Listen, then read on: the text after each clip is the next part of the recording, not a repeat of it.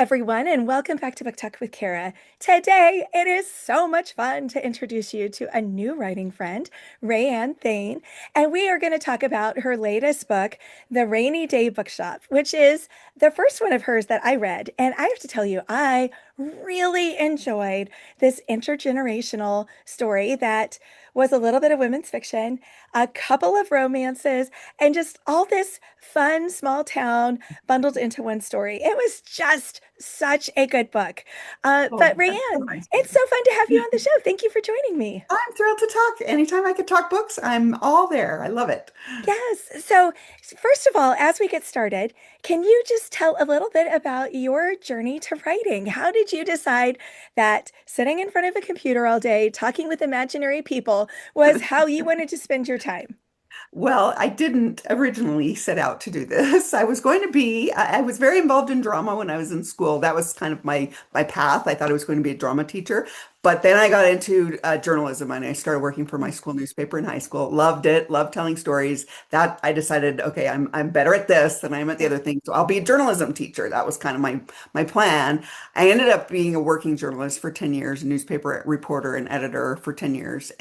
But all that time I was thinking, I want to write a book. I just want to try. Yeah. I didn't know. I was a voracious reader from the time I was very young. And so I have all these books that have meant so much to me throughout my life. And I wanted to have, see if I could try it. And so I sat down to write when I was on maternity leave with our oldest, who turned 36 this summer. So that tells you how long I've been doing this. And I decided this is the time I'm going to try to do it. And it took me about 5 years to kind of figure out what I was doing.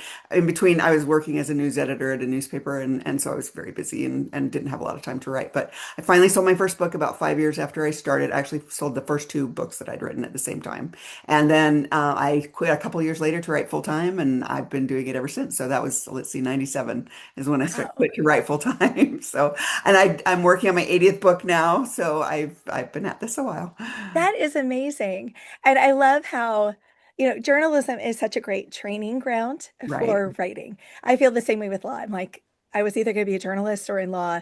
And to me, I feel like law taught me how to write fast and clean. Yes. And I'm sure journalism gave you a lot of Very, those same skills. very much so. Journalism was so helpful to me in many ways. I've looked back over my path and it took a little circuitous route, especially like I think the drama helped me because it helped Mhm. me figure out dialogue and figure out, blocking of scenes and things like that. And then the journalism definitely did because I learned not only how to write fast because, as a daily paper, we had to get our stuff and it was an afternoon paper. So Oh, our, wow. our stories were due by, 11 o'clock in the morning or actually nine, usually 10 o'clock in the morning so they could get in the afternoon paper. So you had to get it on time. And I learned that, learn that everybody has a story. That's the other thing that was very helpful to me that I loved being the news editor at the paper because I would read all the wire stories and get so many ideas for books constantly. And I still am a bit of a news junkie that way just because there's so many stories out there that are Mhm. waiting to be discovered and every person has a story.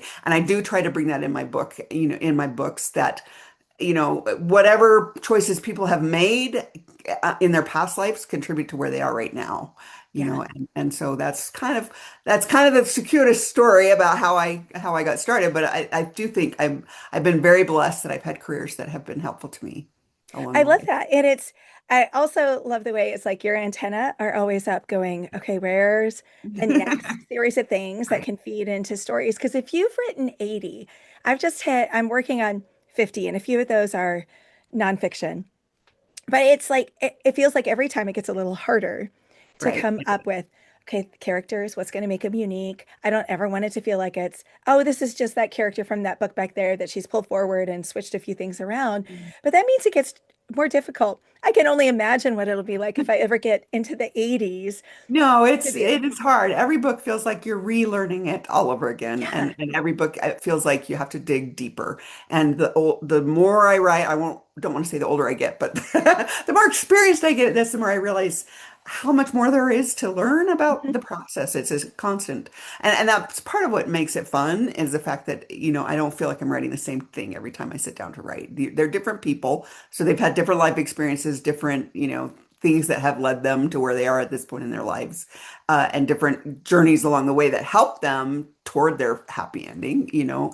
But it is every time I write, it feels harder. My friends and I commiserate. We're like, when is this going to feel easy? After my one Yeah. friend has written more than 100 books, and she's the same as I am. She's always Well, like, and this is I think so that's part of hard. the magic of writing too, though, is we can always push ourselves to be Yeah, better. absolutely. There's always something that we could be like, okay, I could get better at this part of dialogue or this part of setting or make my heroines more real or Right. whatever.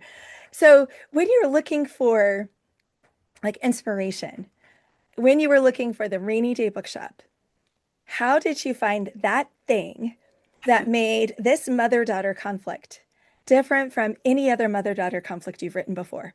So in this particular case, the idea came because I wanted to write about someone in the sandwich generation, someone dealing with her mother and dealing with her daughter and trying to find a way to bridge both of those things, Yep. but also to find peace, especially with her daughter, with whom she'd been estranged for the past, several years, and they were trying to heal. And so I looked back and thought, what would have driven the wedge between them? Not, I won't. It's not a spoiler that my heroine is a widow and her husband died 10 years ago, and that kind of was the catalyst for everything that happened later. The way they both dealt with that death in their own ways, and it pushed them apart instead of bringing them together. And I've seen that happen in people's Mhm. lives. And so that sort of was what led me to their particular story, and trying to figure out, how do I fix this Yeah. rift between them, which is always my goal when I sit down to write. I'm sure it's the same for many writers, where you say there's a problem here, we've got to fix this, how are we going to get there the best, easiest way for these people. So what's ironic is you said sandwich generation. I automatically went to Emma and you went to True, Rosie. that's true. That's true. She is too. I Because didn't think I about almost that. forgot about Rosie's mom, even though Yeah. she's pivotal in the story. I was Mm. like, Emma's the sandwich generation, although, That's and it just a true. different And way. that's the first person who's pointed that out to me, because I've thought of it because Rosie's a little more closer to my generation, Yeah. and as someone who my husband and I both dealt with our aging parents, and then we also have a son with special needs, so we were dealing with that side of it and trying to squeeze both of those things. And so I know it's a trial that many people have to get through. Yeah. Well, and she's And definitely the more traditional. But yeah. so I was just like, wow, that's really interesting because I'm looking at the names over here and I was like, I'm going to the younger one when Rosie is. And she's like closer to my age where I should have been going, oh, Rosie, definitely Rosie. Yeah. But I was like, Well, oh, Emma is not maybe. necessarily, she's not necessarily caring for her mother in the same way that some Yeah. people in the sandwich generation have to do, but she's also, that's definitely an issue in the fact that she's got her own child who's now 3 years old, and she's trying to figure out, how can I give the best life to my daughter? And if that means that I have to try to overcome the past to make my peace with my mom, that's what Yeah. I'm going to do, because I have my child's best interest at heart. Yeah. So it's just, and that whole dynamic, because you've got basically four generations of women in this family who are suddenly kind of thrust together. And it makes for this wonderfully chaotic, but wonderful dynamic. It was just really, really fun. And then you've got a multi-generational, dual romance going on. And there's just so much going on in the story. It's so fun. And then there's Pam, but we won't talk about Pam. Okay. Um, We don't talk about Pam. yeah, I also want to sing, We Don't Talk About Pam. So, so there are all these books out right now that are dealing with books and bookshops. It's so funny because like 6 years ago, I was told, don't write about writing, don't write about books, don't write about bookshops. And I'm like, well, no one else got that advice from editors and agents because everybody's writing about that right now. Uh, so Well, I will what? tell you, I've been around long enough that I remember the days when they said, "Don't write any sports people." You could not sell a book with the Yeah, sports I'm to the version, point and of now like the next everything is time. hockey.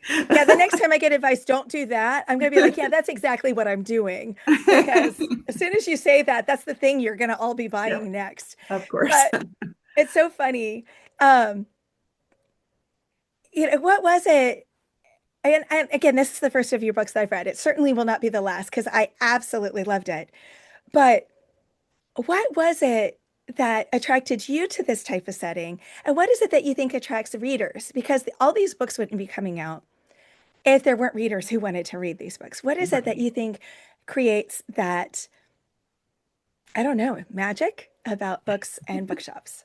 Well, I will say that if I were going to do a different career besides the one I'm doing now, I would own a bookstore. And I Yeah. think many many authors feel the same because we love books. We love the written Yeah. word. We love being able to share that with other people. And there's something so cozy about that Mhm. idea. And also, that's kind of the title for this one, the Rainy Day Bookshop. There's something so cozy about a bookstore on a rainy day. And so I was trying to come up with a business that she could have. I knew I wanted the construction side of it. So basically, for those who haven't read the book, Rosie owns a construction company that she and her husband started, but her real love is this bookstore, but she can't run it because she's busy running the construction company. So after her mother, who's running it, can't take care of it because of an accident, she asked her daughter to come back, and that's the bridge that helps them heal. But I think the reason why people like that setting, not only because we're book lovers and we love bookstores, but so many more people these days have their identity as readers than they did Mhm. maybe when I started writing. And that's such a big part of their lives. The book talk movement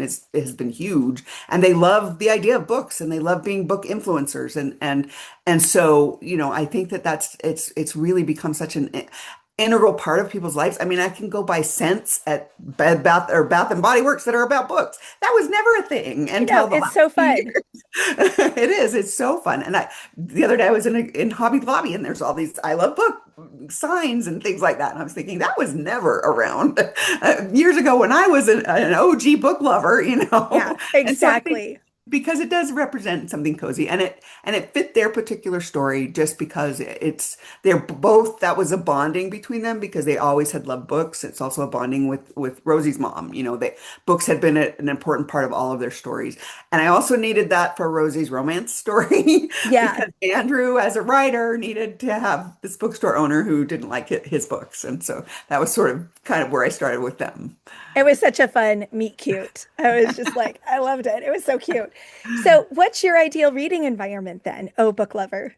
My ideal reading environment is really in my cozy recliner with my dog laying on my lap, and I have a Kindle. I'm one of the original Kindle owners. I owned the very first Oh, one and fun. haven't switched from that. I love books still. I love the feel of books, but it's too hard on my eyes after my years of writing books and staring at my computer. And so Kindle is great because I can raise the font. And I just love settling in with a story that just takes me away. And a blanket if it's cold, and a fan blowing on me if it's hot outside. And I just love it. It's my Yeah. favorite thing. Yeah, there's just something about the right book and the right environment that makes for the perfect day. Right. Absolutely perfect. Um, so, and I just have to ask this, your cover. How did it feel when you opened that email and you saw, I love that you just leaned over so we could all see Late it better. hours, yeah. When you saw that, because it is just pitch perfect. It is perfect. And I will say originally we went the rounds on a title for this book a lot. I mean, it, it was a battle back and forth and back and forth and trying to figure out what was the right title for it. And I think I probably gave 30 ideas, and this was Rainy Day Bookshop was my very first idea, and they discounted that one, didn't want it. And then And it they was come back around. something else completely. And they came back around and said, we think this one is the best idea. I was like, yeah, we could have saved 3 weeks of trouble if you'd just gone with that. But anyway, when they sent me the cover for it, I just thought, oh, that's absolutely exactly what I was imagining for this story idea. It looks like a cozy Yeah. little place. I love the couple with the umbrella there, and it's for a while they weren't putting people on my books, but the last probably 4 or 5 they've started putting little cartoon peoples here and there, and I really like it. I think it brings a fun, Yeah, feeling to it. it is. It's just, I think it's perfect. And it just captures the feel of it so well. Okay. So if you could join a book club as they were talking about your book, what question would you love to ask them? As they were talking about my particular book, Yeah. I would say which character resonated with you most, and which character do you think you will take away the memory of them after you finish reading this book? Because to Oh, me, it's about I don't remember the people's names a lot of times. I don't remember exactly what brought them together finally, or what all the challenges they overcame. But I do have memories of in the books that I've read myself of those people, and yeah. how they touched my heart, and things that have lingered with me after I closed the book. And so I hope that that's what people take away. I love that. Okay, so the lightning round. We'll see how many of Okay, these we get through. here we Three go. words for the rainy day bookstores feel. I would say cozy, uplifting, hopeful. Ah, yes. And is there a trope that you feel like you embraced or subverted? And some writers don't use tropes at all. So you could say skip. I would say the Friends to Lovers. I loved that Mhm. one. I embraced that quite a lot, and that was kind of the story of Emma's romance Yeah. was a friend, and then the first love, kind of because she was his first love. She didn't know Yeah. that she was his first love, and I loved that part of it. And then maybe a little bit of the enemies to lovers because Andrew and Rosie did not get off to a great start, and then sort of found their way and realized Yeah. that they were each other's people as the story went on. Yeah. Yeah. You did so much fun, so many fun things with those romances. And then readers who love this book or movie will also love the Rainy Day bookstore or bookshop. Um, Sorry. that's okay.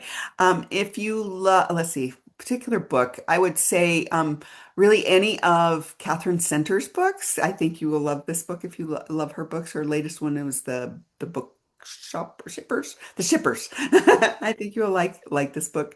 And really, movie as far as movies go, I can't really think of a movie that relates to it. But if you, I would say a cozy Hallmark non-Christmas book Yeah.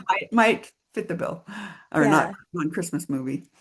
Yeah. Almost a you've got mail feel to it too. Yeah, a little Only the bit. bookstore survives, Yeah, but something like that's that. true. That's true. Um, okay.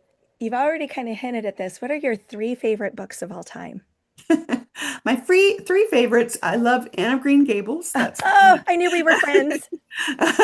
that's always up there because it was sort of my gateway to romance. I just fell in love with Anne and her little Ah, relationship. Gilbert. Yes. And my next one, I have to say Harry Potter.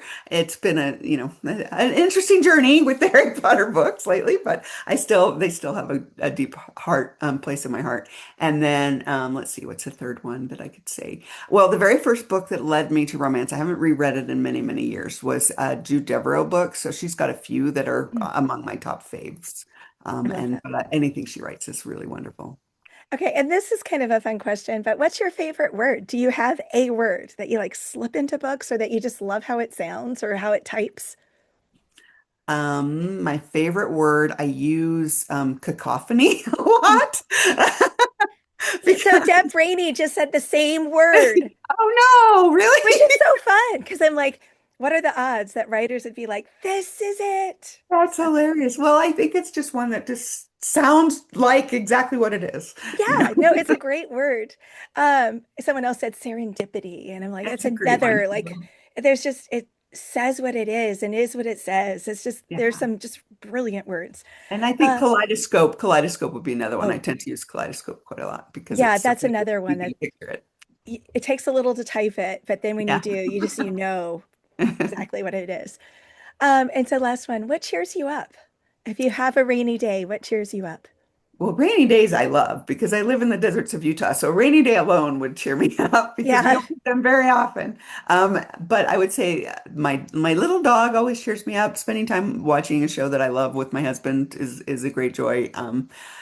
Phone call from my sisters. I have four sisters and we're all very close. So anytime we get the chance to hang out with each other, I love that. And discovering a book by an author that I haven't read and being able to say, hey, they have a huge backlist. So I've got all these books now that I can discover. Oh, I love that. So, Rayanne, where can people learn more about you and your books? So you can find my website. It's raeanthane.com. And then I'm pretty active on Facebook for the most part. That seems to be the one that I get the most engagement with. So I'm active on Facebook, Instagram, sometimes TikTok occasionally, but mostly Facebook. So it's RaeAnne Thayne, author RaeAnne Thayne. And then I also have a book group and we have a book club meeting every month where I interview a different author. And so I do that on the last Wednesday of every month. And you can find me there. That's RaeAnne Thane's book club. Oh, how fun. Book group, not book club, book group. That's awesome. Well, thank you so much for joining me today. This has been so much fun. It was a delight. Thank you so much for having me.